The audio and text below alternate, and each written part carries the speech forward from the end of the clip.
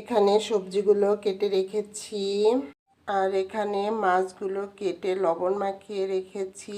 এই যে সবজির সঙ্গে এই মাছগুলো রান্না করব। চলেন যাই রান্না করি। প্রথমে কিছু বড়ি ভেজে নেব।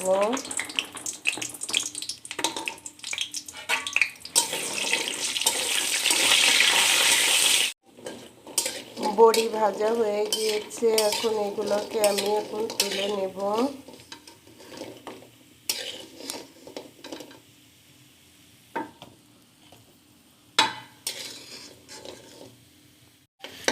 এখানে পেঁয়াজগুলো ভাজা হয়ে গিয়েছে, এবার এর ভেতরে বাটা মশলা দিয়ে দেব, জিরা, রসুন আর কাঁচামরিচ।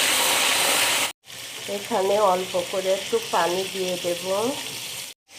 এবার এখানে সব ধরনের গুঁড়া মশলা আর লবণ একসঙ্গে এর ভিতর দিয়ে দেব। এবার এটাকে নাড়তে থাকবো। আমার এখানে মশলা কষানো হয়ে গিয়েছে, এবার এর ভিতরে আমি মাছ দিয়ে দেব। মাছ দিয়ে দিলাম।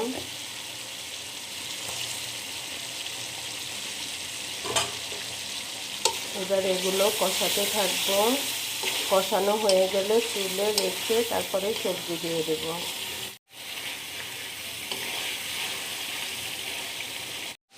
মাছগুলো তুলে রেখেছি, এবার সবজিগুলো দিয়ে দেব।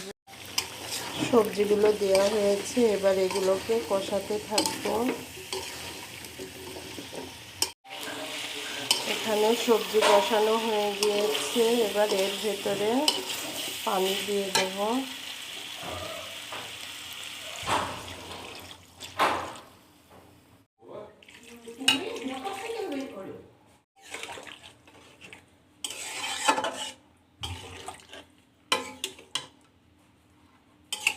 এর মধ্যে বড়িও দিয়ে দিয়েছি। এই যে এখানে সবজি ফুটে উঠেছে, এবার এর ভিতরে কিছুটা টমেটো দিয়ে দেব।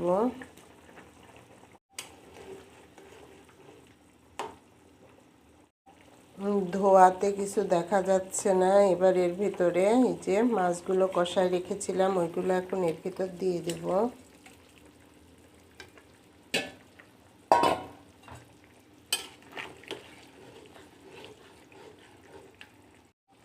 গামলাতে যে মাছের মশলা ছিল সেগুলো ধুয়ে এর ভিতর দিয়ে দিলাম। দিয়ে এবার এটাকে নাড়াচাড়া করে সিদ্ধ হতে রেখে দেব।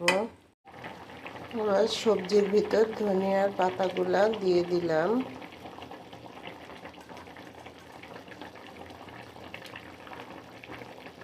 আমার সব উপকরণ দেওয়া শেষ। এবার কিছুক্ষণ রেখে দিলেই আমার সবজি রান্না হয়ে যাবে। এই যে আমার সবজি রান্না কেমন হয়েছে বলবেন সবাই।